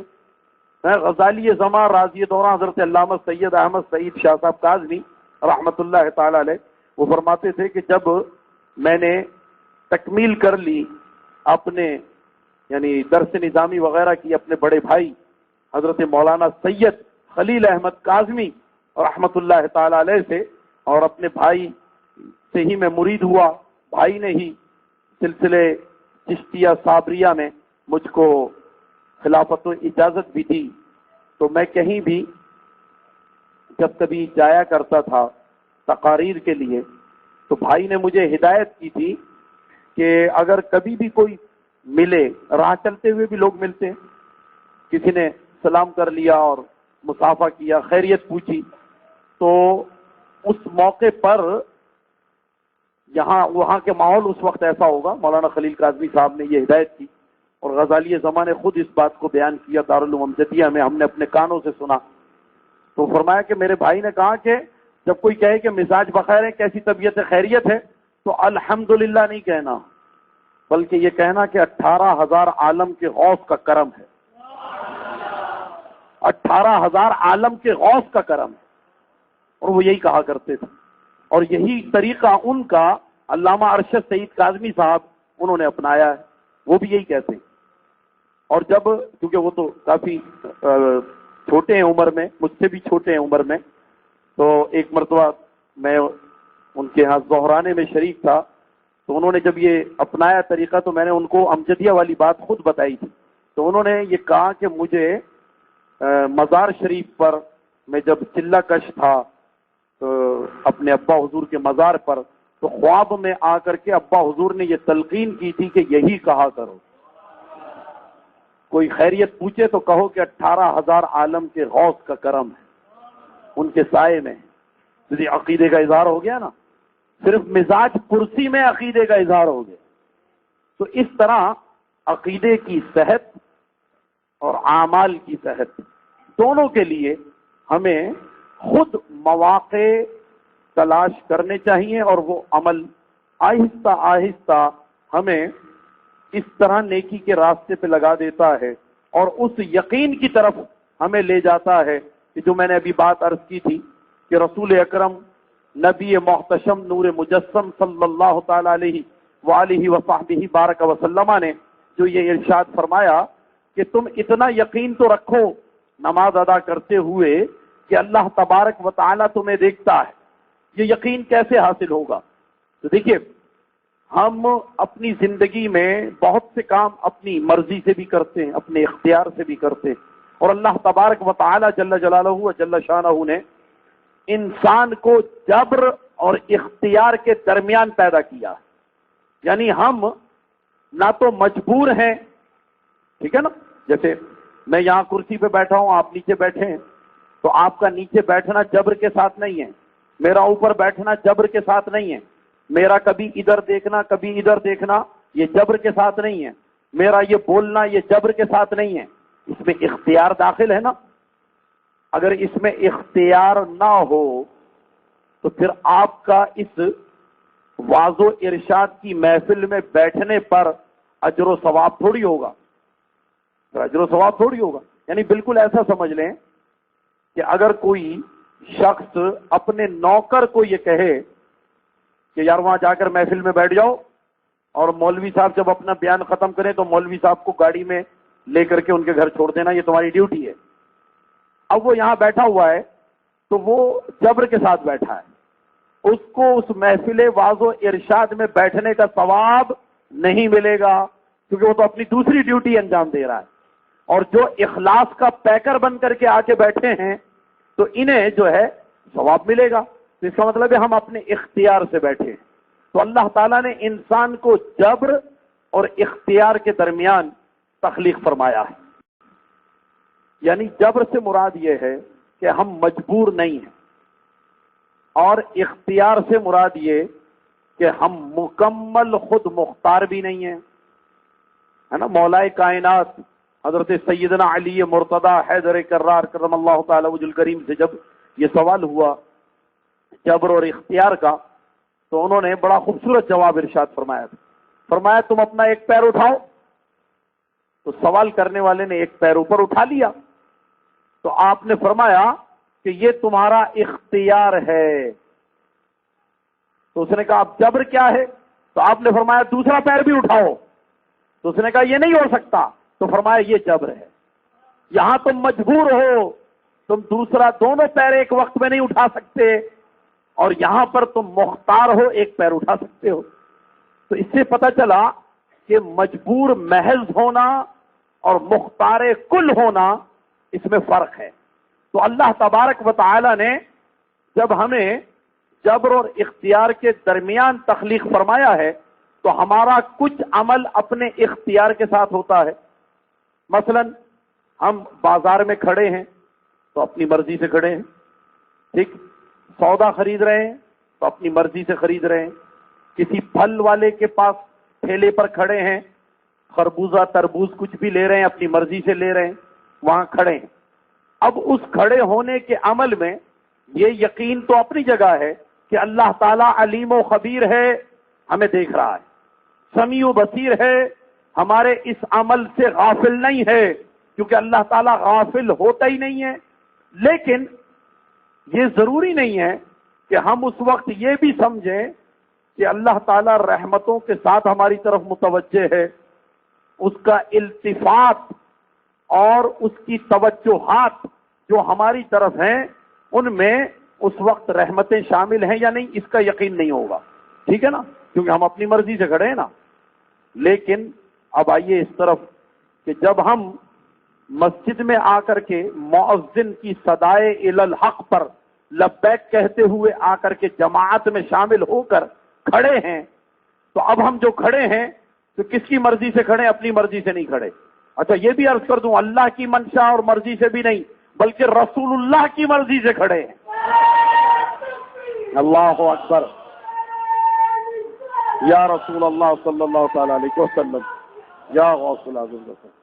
تو اب ہم اللہ کے رسول کی مرضی سے کھڑے ہیں، کیونکہ کھڑے ہوتے ہوئے ہمیں اس بات کا احساس ہے کہ صفیں کس طرح درست ہوں گی. سرکار نے کیسے فرمایا تھا کہ اعتدال رکھو اور صفوں کو سیدھا رکھو. قیام کے وقت ہمیں احساس ہوگا کہ ہمیں کس طرح قیام کرنا ہے، حضور کے انداز کو اپنانا ہے، حضور کی سنت مطہرہ اور عادات کریمانہ کے مطابق رکوع اور سجود کرنا ہے. تو اب جب ہم اس طرح کھڑے ہیں حضور کی اداؤں کو اختیار کرتے ہوئے اور حضور کی اداؤں کی نقل کرتے ہوئے، تو اس بات کا یقین رکھنا کہ اللہ تعالیٰ بے شک وہ بے نیاز ہے. اس نے اعلان کیا ہے اللہ الصمد، اس کی بارگاہ سمدیت کا یہ تقاضا ہے کہ وہ کسی کی طرف توجہ نہ کرے. بے شک وہ بے نیاز ہے، مگر جب اس کے محبوب کی اداؤں کی نقل کی جاتی ہے تو اللہ تعالیٰ کی نظر رحمت وہاں ضرور ہوتی ہے جہاں جہاں اس کے محبوب کی اداؤں کی نقل کی جاتی ہے. تو اس اعتبار سے اب یہ بات واضح ہو گئی کہ رسول اللہ علیہ السلام نے جو فرمایا کہ تم نماز ادا کرتے ہوئے یہ سمجھو کہ تم اللہ کو دیکھ رہے ہو، تمہارا ایمان اس درجے کا نہیں ہے تو اتنا یقین تو رکھو کہ اللہ تمہیں دیکھ رہا ہے. یہ سرکار نے کیوں فرمایا؟ اس لیے فرمایا کہ تم اپنی مرضی سے تھوڑی کھڑے ہو، تم تو میری مرضی سے کھڑے ہو، اور جب تم میری مرضی سے کھڑے ہو جاؤ گے تو اللہ تعالیٰ تمہیں ضرور دیکھے گا. اس بات کا تمہیں یقین حاصل ہو جائے گا کہ اللہ دیکھ رہا ہے. رسول اللہ سید عالم صلی اللہ تعالی علیہ وآلہ وصحبہ بارک وسلم نے ہمیں جو اللہ تعالیٰ کے حقوق بیان فرمائے، وہ ظاہر ہے ہم اور آپ سمجھتے ہیں عبادات اور اللہ تعالیٰ کے اس بھیجے ہوئے دین کے مطابق عمل کرنا، لیکن اسی کے ساتھ ساتھ حقوق العباد وہ بھی بیان فرمائے. اور خود رسول اللہ علیہ السلام کی یہ شان ہے کہ وہ اللہ تبارک و تعالی کے فیض کا واسطہ ہیں. تو اس واسطہ ہونے کے اعتبار سے حضور کا حق ادا کرنا یہ حقوق اللہ میں بھی شامل ہے، اور حضور مخلوق پر فیض الہی کا واسطہ ہے، اس لیے حقوق العباد میں بھی شامل ہے۔ یعنی اگر اللہ کا حق ادا کریں گے تو یہ فقط اللہ کا حق ہوگا، اور اگر بندوں کا حق ادا کریں گے تو یہ فقط بندوں کا حق ادا ہو رہا ہے، یعنی ماں باپ کا حق ادا کرنا، پڑوسی کا حق ادا کرنا، ہمسائے کا حق ادا کرنا، اپنے دوست احباب ساتھیوں کا، رفیق سفر کا، اپنے ہم مکتب ساتھیوں کا حق ادا کرنا، یہ سب حقوق العباد ہے، ٹھیک ہے نا؟ کسی بھوکے کو کھلا دینا، کسی پیاسے کو پلا دینا، یہ سب حقوق العباد ہے۔ اور اللہ تبارک و تعالی جل جلالہ و جل شانہ کی بارگاہ میں سجدہ ریز ہونا، اس کے حکم پر، اس کے دین کے آئین پر عمل کرنا، ٹھیک ہے نا؟ روزہ رکھنا، زکوٰۃ ادا کرنا، استطاعت ہے تو حج ادا کرنا، اور دین کے غلبے کی خاطر جہاد کرنا، یہ سب کچھ اللہ تبارک و تعالی کی طرف سے جو عائد کردہ فرائض ہیں، انہی کا تعلق حقوق اللہ سے، یہ اللہ کے حقوق۔ رسول اکرم صلی اللہ تعالی علیہ وآلہ وسلم کی ذات والا صفات وہ ہے کہ جب آپ کا کوئی بھی حق ادا کیا جائے گا، یعنی حضور علیہ الصلوۃ والسلام کا نام نامی اسم گرامی محبت سے لیا جائے، ٹھیک ہے نا؟ تو اس وقت ایک عمل دو شعبوں پر محیط ہو جائے گا، یعنی حضور کا نام لیا یا حضور کا نام سنا اور پھر عقیدت اور احترام کا اظہار کیا، تو ایک عمل میں دو باتیں شامل ہوں گی، یعنی وہ اللہ کا حق بھی ادا کر رہا ہے اور اللہ کے بندوں کا حق بھی ادا کر رہا ہے، اس لیے کہ اللہ کے بندوں میں سب سے پہلا حق ہم پر کس کا ہے؟ رسول اللہ علیہ الصلوۃ والسلام کا، ٹھیک ہے نا؟ انہی کا حق ہے، کیونکہ وہی تو اس کائنات کی تخلیق کے لیے یعنی رہین منت ہیں، انہی کی وجہ سے یہ کائنات بنائی گئی۔ یہ سب کچھ اللہ تعالیٰ نے اپنے پیارے محبوب علیہ الصلوۃ والسلام ہی کی خاطر کیا نا، تو حضور علیہ الصلوۃ والسلام کا حق ادا کرنا گویا اللہ کا بھی حق ادا کرنا ہے اور بندوں کا بھی حق ادا کرنا ہے۔ حضرت حکیم الامت مفتی احمد یار خان صاحب نعیمی رحمت اللہ تعالی علیہ وہ بڑی پیاری بات کہتے ہیں کہ ادھر اللہ سے واصل، ادھر مخلوق میں شامل، یہ حضور علیہ الصلوۃ والسلام کی خاص صفت بیان ہو رہی ہے کہ حضور کی یہ صفت ہے کہ اللہ تبارک و تعالیٰ کے قرب خاص سے ان کا تعلق ہے، ادھر اللہ سے واصل، ادھر مخلوق میں شامل، خواص اس برزخ کبرا میں ہے حرف مشدد کا، یعنی جیسے حرف مشدد ہوتا ہے کہ اگر ایک ہم لفظ لے لیں، ایک کلمہ ہے معلم، تو معلم جو ہے اس میں آپ دیکھیں گے، غور کریں گے تو لام 2 مرتبہ پڑھا جا رہا ہے، معلم، کیونکہ لام پر تشدید ہے، یہ لام حرف مشدد ہے، تو حرف مشدد جو ہوتا ہے وہ اپنے ما قبل کو ما بعد سے ملا دیتا ہے، یعنی عین کو یہ لام میم سے ملا رہا ہے، معلم، ٹھیک ہے نا؟ تو بس اسی طرح آقائے دو جہاں مالک کون و مکان سرور مرسلہ حامی بے کسا شفیع مجرمہ صلی اللہ تعالی علیہ وآلہ وصحبہ بارک وسلم کی ذات، وہ گویا اللہ تبارک و تعالی کی رحمتوں اور برکتوں کو لے کر مخلوق میں تقسیم کرنے والی ذات ہے، اور حضور علیہ الصلوۃ والسلام اس طرح مخلوق اور خالق کے درمیان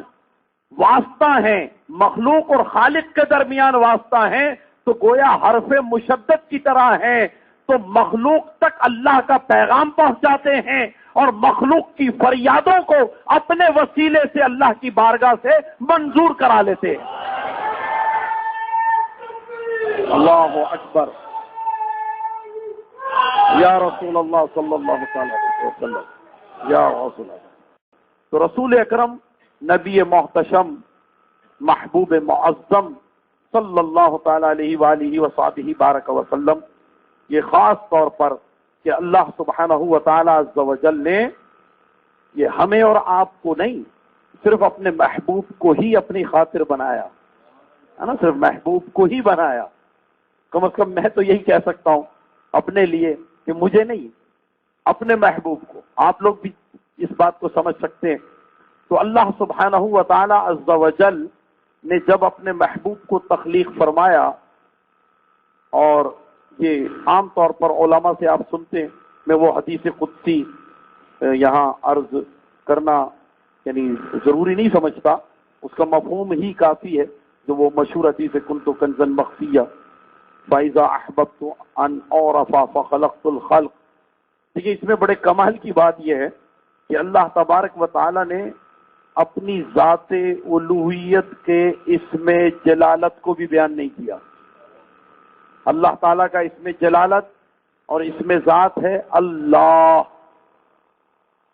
اس نے یہی فرمایا، اس نے یہ نہیں فرمایا کن تو الہن کہ میں معبود تھا، میں اللہ تھا، میں نے جب چاہا کہ میں پہچانا جاؤں تو پھر میں نے ایک پہچاننے والے کو تخلیق فرمایا.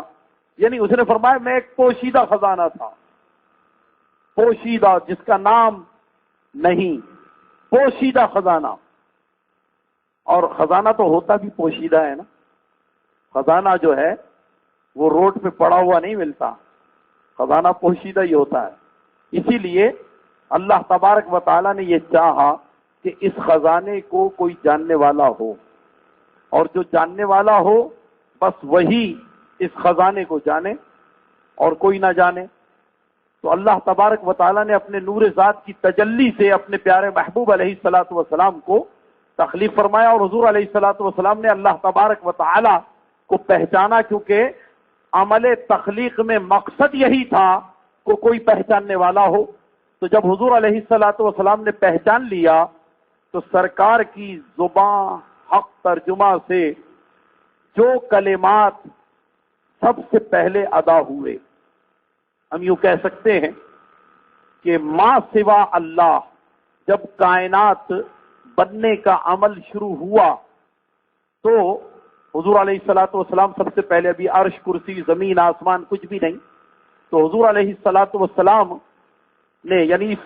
پوری کائنات میں سب سے پہلا جملہ کون سا ادا ہوا، کون سی بات سب سے پہلے ادا کی گئی، وہ حضور علیہ الصلوۃ والسلام نے اپنی زبان حق ترجمہ سے اللہ اکبر اپنی زبان سے ادا کیا. اور یہی وجہ ہے کہ اللہ تبارک و تعالیٰ کو یہ کلمات اتنے پسند آئے کہ اب اس زمین و آسمان میں جو کچھ بھی ہے یہی کلمات سب سے زیادہ ادا کیے جاتے ہیں. اچھا اس لیے نہیں، یہاں بھی دیکھیے ایک عقیدے کی بات عرض کر دوں، اصلاح کے طور پر بھی اس کو سمجھ لیجئے گا. اس لیے اللہ اکبر زیادہ نہیں بولا جاتا کہ یہ اللہ تبارک و تعالیٰ کی کبریائی کا ہم اعلان کر رہے ہیں. بے شک کبریائی کا اعلان ہے، مگر یہ ضمنی ہے. اصل میں تو ہم وہ کلمات ادا کر رہے ہیں جو رسول اللہ نے ادا کیے تھے، حضور کی زبان سے نکلے تھے. اس لیے نہیں کہ یہ فقط اللہ تبارک و تعالیٰ کی کبریائی کا اعلان ہے، وہ اعلان اپنی جگہ ہے، لیکن حضور علیہ الصلوۃ والسلام نے جو بات عرض کی اللہ کو وہ پسند آ گئی. ورنہ وہ تو فرما رہا ہے کہ میں تو پوشیدہ خزانہ تھا. اچھا نام رکھتے بھی تو دوسرے ہی ہیں نا، اپنا نام کون رکھتا ہے؟ میرا نام نسیم صدیقی، میں حضرت ابو بکر صدیق رضی اللہ تعالیٰ عنہ کی اولاد میں 39ویں نمبر پر ہوں الحمدللہ. تو صدیقی اس لیے میرے ساتھ لگا ہوا ہے. نسیم احمد میرا نام میرے والدین نے جو رکھا تو میں نے تو خود نہیں رکھا نا، آپ بھی کہہ سکتے ہیں. تو نام خود نہیں رکھے جاتے، سمجھ رہے نا آپ بات کو، نام خود نہیں رکھے جاتے. اللہ تبارک و تعالیٰ فرما رہا ہے میں پوشیدہ خزانہ تھا. حضور علیہ الصلوۃ والسلام نے اللہ تعالیٰ کی طرف سے تخلیق کے بعد اللہ تعالیٰ کو پہچانا. اللہ تعالیٰ نے ہی وہ علم عطا فرمایا اپنے محبوب کو کہ جس کے نتیجے میں وہ اللہ تعالیٰ کے اسم جلالت کو جان گئے، اور ان کی زبان سے سب سے پہلے اللہ ادا ہو گیا. اور پھر حضور علیہ الصلوۃ والسلام فرماتے ہیں کہ اللہ تبارک و تعالی نے جب سجدے کے وقت مجھے حکم فرمایا کہ اے محبوب، اے محمد اپنے سر کو اٹھاؤ، تو میں سمجھ گیا کہ میرا نام محمد ہے اور میرا مقام محبوبیت ہے. یعنی اپنا مقام اور مرتبہ بھی پتہ چل گیا کہ میرا مرتبہ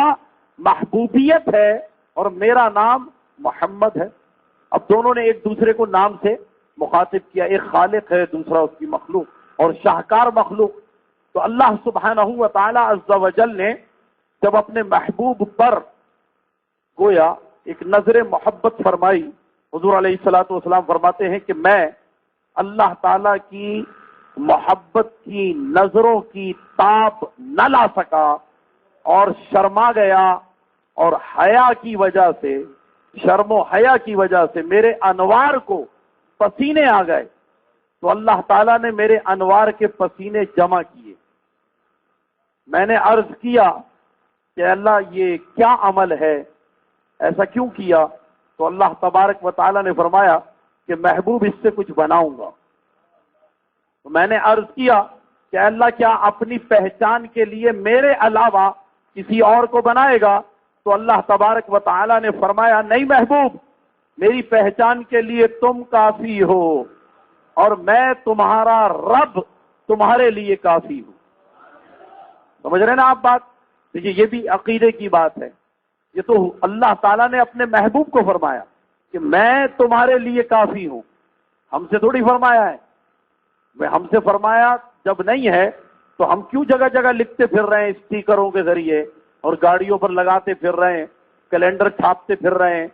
کہ بھئی میرے لیے اللہ ہی کافی ہے، میرے لیے اللہ ہی کافی ہے. تو سورہ توبہ کی آیت 129 کا شروع کا حصہ فَقُلْ حَسْبِيَ اللَّهُ، وہ بھی حضور علیہ الصلوۃ والسلام ہی کو خطاب ہے نا. اللہ تعالیٰ نے مجھ سے تو وعدہ نہیں کیا، مجھ سے نہیں وعدہ کیا کہ میں تمہارے لیے کافی ہوں. اپنے محبوب سے فرمایا، تو محبوب سے فرمایا تو محبوب کی ہی بات ہونی چاہیے نا. ہاں مجھ سے یہ جملہ 1980 میں میرے مرشد گرامی حضور سیدی سندی مرشدی متائی مولائی ملجائی ابو البرکات آل رحمان محی الدین محمد مصطفیٰ رضا خان فقیہ بریلوی نور اللہ مرقدہ نے 1980 میں یہ فرمایا. میں بریلی شریف میں حاضر تھا کہ میں اپنے سارے مریدوں کے لیے کافی ہوں. اور اگر 6 صدی ہجری پیچھے چلے جائیں تو یہی جملہ آپ کو بابو الشیخ کے منبر پر تصور کی آنکھوں سے آپ دیکھیں گے تو شہنشاہ بغداد کہتے ہوئے نظر آئیں گے کہ میں اپنے سارے مریدوں کے لیے کافی ہوں. ٹھیک ہے نا؟ تو اب اس سے پتہ چلا کہ ہمارے لیے تو ہمارا شیخ کافی ہے. یہ کہاں سے بات آ گئی کہ ہمارے لیے اللہ کافی ہے؟ تو اللہ تعالی اللہ کو حضور علیہ الصلوۃ والسلام نے اپنا شیخ بنایا، یوں کہہ لیجیے. تو وہ ان کے لیے کافی. اور حضور علیہ الصلوۃ والسلام فرماتے ہیں کہ جب میں نے یہ عرض کیا کہ اس سے کیا بنائے گا، تو اللہ تعالیٰ نے فرمایا کہ محبوب جس طرح تم میرے جاننے والے ہو گئے، میرے پہچان والے ہو گئے، تو میں نے یہ فیصلہ کیا کہ اب کوئی تمہارے ان سجدوں کو دیکھنے والا میرے علاوہ بھی ہو. میں تو خالق ہو کر کے دیکھوں گا نا، سجدے میرے لیے ہیں، لیکن تمہارے ان سجدوں کو دیکھنے والا مخلوق میں کوئی اور بھی ہو، تو جس طرح تم میرے جاننے والے ہو اسی طرح کوئی تمہارا بھی جاننے والا ہو.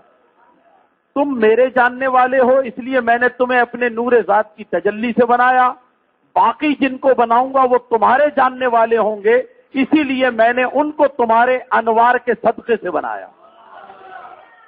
ہے نا؟ تخلیق کائنات کا فلسفہ یہی ہے کہ جو جس کے لیے بنا وہ اسی کے نور سے بنا. اللہ تعالیٰ نے اپنے محبوب کو اپنے لیے بنایا تو اپنے نور ذات کی تجلی سے بنایا. باقی مخلوق کو اپنے محبوب کی پہچان کے لیے بنایا تو محبوب کے انوار کے پسینے سے بنایا. اور دیکھیے جب کسی میں یہ بات ہو، یہ کمال ہو کہ انہی کے اندر سب کچھ رکھ دیا ہے، پوری کائنات اللہ تبارک و تعالی نے گویا حضور علیہ الصلوۃ والسلام ہی سے ظاہر اور ہویدہ فرمانی تھی، تو گویا یوں سمجھ لیں کہ سرکار کی تخلیق کے بعد سرکار کے قبائے مبارکہ اور سرکار کے ابائے مبارکہ میں یہ پوری کائنات سمٹی ہوئی تھی، پوری کائنات سمٹی ہوئی تھی۔ اور اس کو یوں سمجھ لیں کہ جس طرح کبھی آپ نے دیکھا ہوگا کہ دلہن افشاں والا دوپٹہ اوڑھتی ہے نا، اور اس پہ گوٹا کناری پتہ نہیں کیا کیا ہوتا ہے، تو جب وہ اس کا آنچل لہرا جائے تو افشاں بکھر جاتی ہے ہر طرف۔ تو حضور علیہ الصلوۃ والسلام کو ایک خطاب حدیث مبارکہ میں ہمیں ملتا ہے، روضۃ الاحباب میں بھی ہے، جامع المعجزات میں بھی ہے، اور کوكب دری میں بھی ہے، کہ حضور علیہ الصلوۃ والسلام کو اللہ تبارک و تعالی نے فرمایا کہ اے محبوب آپ کھڑے ہو جائیں تاکہ جو کائنات میں نے آپ کے اندر رکھی ہے، آپ کے قبائے مبارکہ کے جھٹکنے سے وہ کائنات ہویدہ ہو جائے، ظاہر ہو جائے۔ تو حضور علیہ الصلوۃ والسلام فرماتے ہیں کہ میں جیسے ہی کھڑا ہوا تو میرے اندر سے عرش اور کرسی اور زمین و آسمان اور سورج و چاند ستارے سارے اللہ تبارک و تعالی نے الگ الگ تخلیق فرما دی۔ تو یہ سب کچھ حضور کے دامن میں تھے، یہ سب کچھ حضور کے دامن میں تھے۔ یہ مضمون میں نے امریکہ میں ایک شاعر ہیں بڑے اچھے میرے دوست، میں نے ان سے جب یہ مضمون بیان کیا تھا تو انہوں نے اس کو ایک قطع کے اندر بڑے خوبصورت انداز میں رکھا تھا، تو انہوں نے اس کو ایک اور بڑا پیارا رنگ دیا تھا کہ ظاہر ہے حضور علیہ الصلوۃ والسلام کی حدیث مبارکہ میں یہ ہے کہ میرے سر کے پسینے سے اللہ تعالیٰ نے حکمرانوں کو بنایا، میرے سینے کے پسینے سے انبیاء اور مرسلین کو بنایا، میری پشت کے پسینے سے زاہدوں کو، عابدوں کو، حجاج کرام کو بنایا، اور اسی طرح میرے شکم کے پسینے سے قناعت پسندوں کو، متقی پرہیزگاروں کو اور متوکلین کو بنایا، اور میرے کلائی سے بہہ کر انگلیوں سے نتھرنے والے پسینوں سے کاتب، خوشنویس اور خطاط لوگوں کو بنایا۔ اور اسی طرح حضور علیہ الصلوۃ والسلام نے فرمایا کہ میرے پائے اقدس کے پسینے یعنی اوپر کے حصے سے، پیر کا جو اوپر کا حصہ ہے،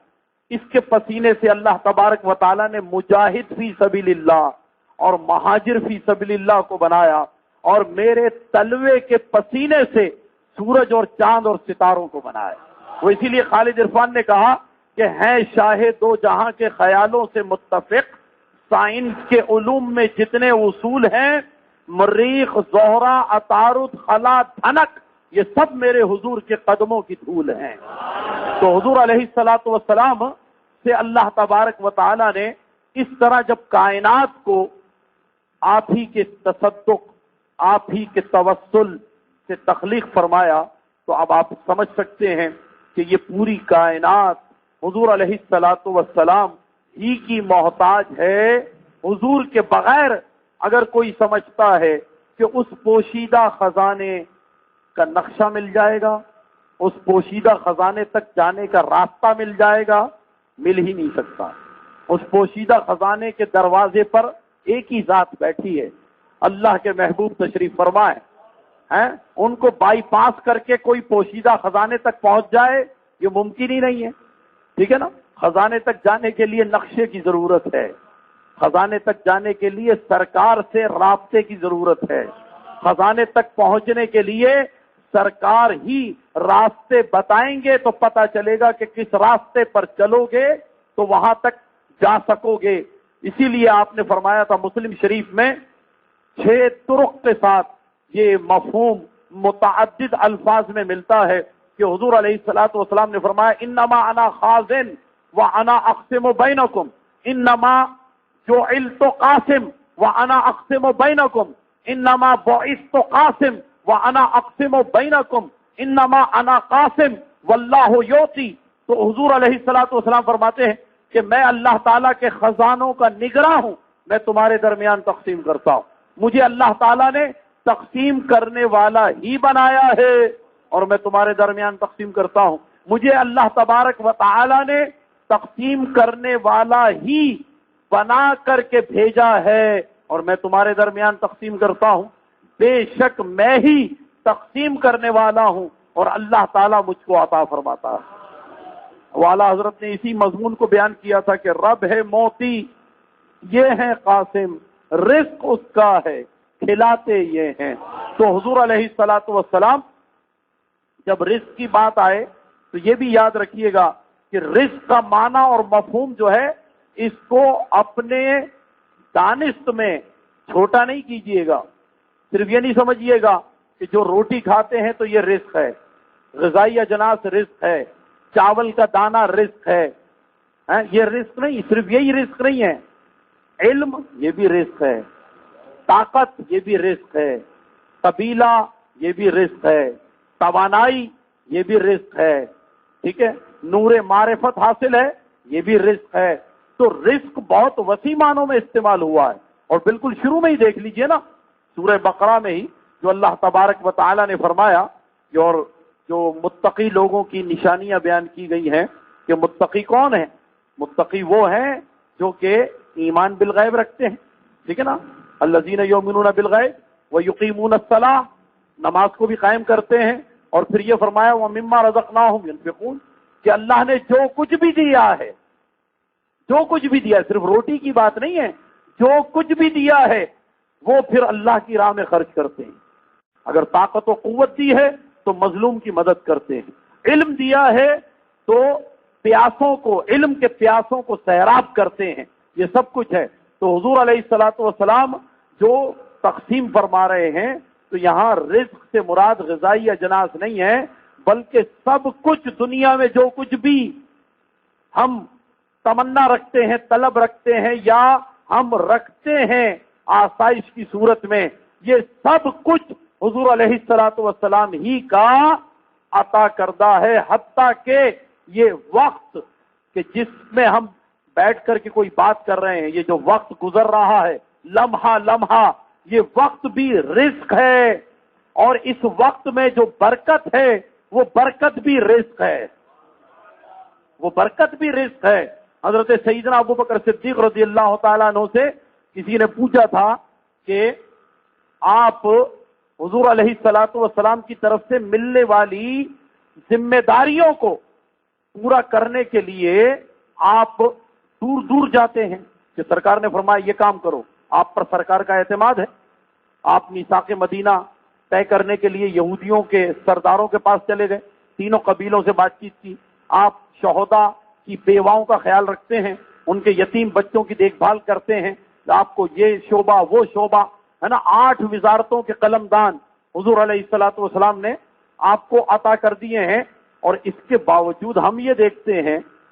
کہ جب بھی آئیں سرکار کی بارگاہ میں، نماز کے لیے آئیں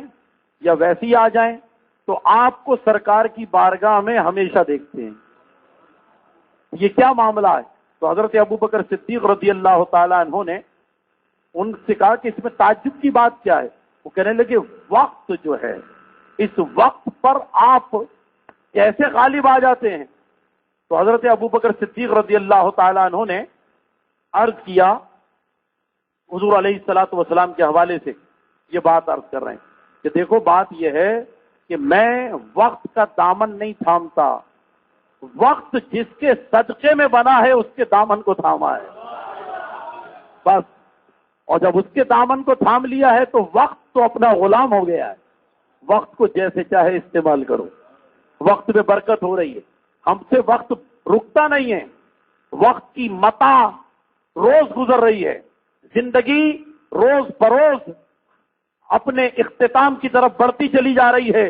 ہمیں احساس بھی نہیں ہے، ہم بڑی بے فکری کے ساتھ رہتے ہیں، لیکن جو اس کی فکر کرتے ہیں تو ان کے ہاتھ میں وقت بھی ہوتا ہے، اس کے باوجود ان کے اندر اللہ تبارک و تعالی کا خوف، حقوق اللہ کی ادائیگی میں مستعدی، حقوق العباد کی ادائیگی میں چاق و چوبند ہو جانا ان کے اندر کس درجہ نظر آتا۔ تو ان کے اندر یہ معاملات تھے، انہوں نے اپنے جسم کی بھی اصلاح کی تھی، اپنے عقیدے اور نظریے کی بھی اصلاح کی تھی، اسی لیے ان کا اتنا شاندار معاملہ تھا۔ حضرت سیدنا علی مرتضیٰ کو ایک یہودی نے ایک مرتبہ چیلنج کیا، کہنے لگا کہ خیبر میں آپ نے اس کا مراحب کا قلعہ جو فتح کر لیا اور مرحب کے قلعے کے دروازے کو اکھاڑ دیا، اور اسلام کا پرچم آپ کے ہاتھ میں تھا،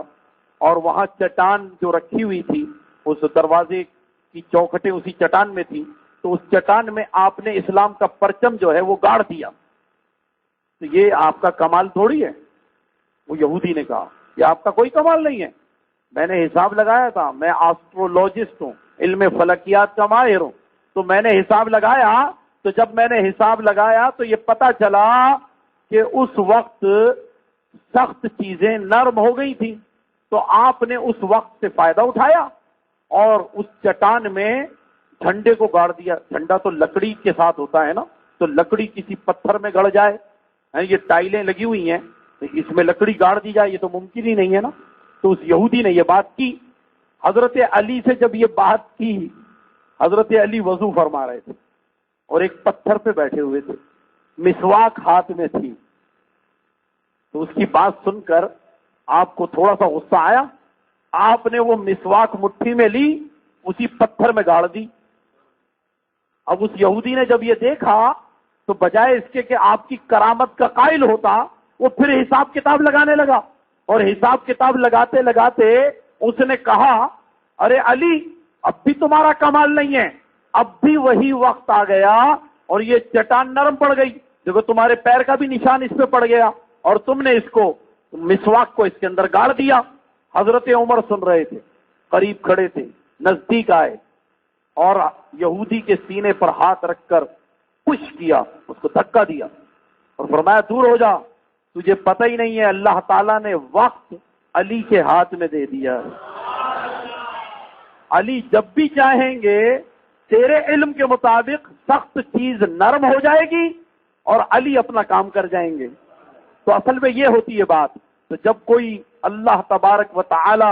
اور اس کے پیارے محبوب علیہ الصلوۃ والسلام کے ساتھ اپنی وابستگی ایسی کر لیتا ہے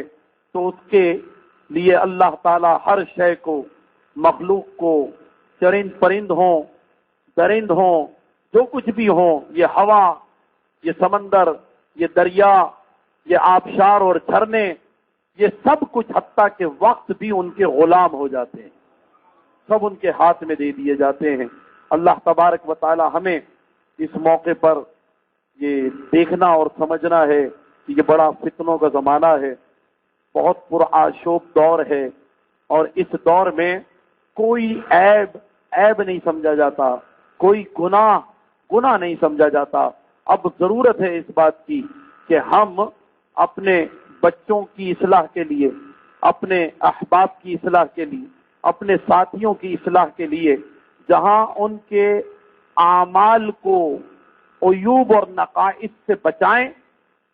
اور اسوہ حسنہ کے سانچے میں ان کو ڈھال دیں، وہاں عقیدے اور نظریے کی حفاظت اور اس کی صحت کا بھی ہمیں اہتمام کرنا چاہیے۔ اللہ تبارک و تعالی ہمارے اور آپ کے یہاں مل بیٹھنے کو اور جو چند کلمات میں نے عرض کیے اس کو عرض کرنے پر، آپ کے سننے پر، ہمیں اور آپ کو سب کو اللہ سبحانہ و تعالی عز و جل اپنی بارگاہ صمدیت سے اور اپنے محبوب کی بارگاہ محبوبیت سے، ان کے دربار گوہربار سے رحمتوں کی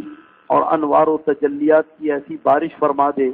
کہ ہم سب کے سب جو ہے اپنے اپنے ایمان کی استعداد کے مطابق اپنا حصہ لے لیں، اور اللہ تبارک و تعالی اسی عمل کو ہماری دنیا کے سنورنے اور ہماری آخرت کے بن جانے کا ذریعہ اور سبب بنا دے۔ آمین یا رب العالمین، بجاہ سید المرسلین علیہ التحیۃ والتسلیم وعلی آلہ وصحبہ اجمعین۔ اور دعا کیجئے کہ اللہ تعالی ہمیں اور آپ کو سب کو سچا پکا مسلک اعلی حضرت پر چلنے والا ایسا سنی مسلمان بنا دے کہ واسطہ پیارے کا جو کوئی سنی مرے یوں نہ فرمائے تیرے شاہد کہ وہ فاجر گیا، عرش پر دھومیں مچیں کہ مومن صالح ملا، فرش سے ماتم اٹھے کہ طیب و طاہر گیا، اور انہیں جانا انہیں مانا نہ رکھا غیر سے کام، للہ الحمد میں دنیا سے مسلمان گیا۔ وصلی اللہ تعالی علی خیر خلقہ وحبیبہ سیدنا و نبینا و مولانا محمد وعلى آله وصحبه اجمعین برحمتک.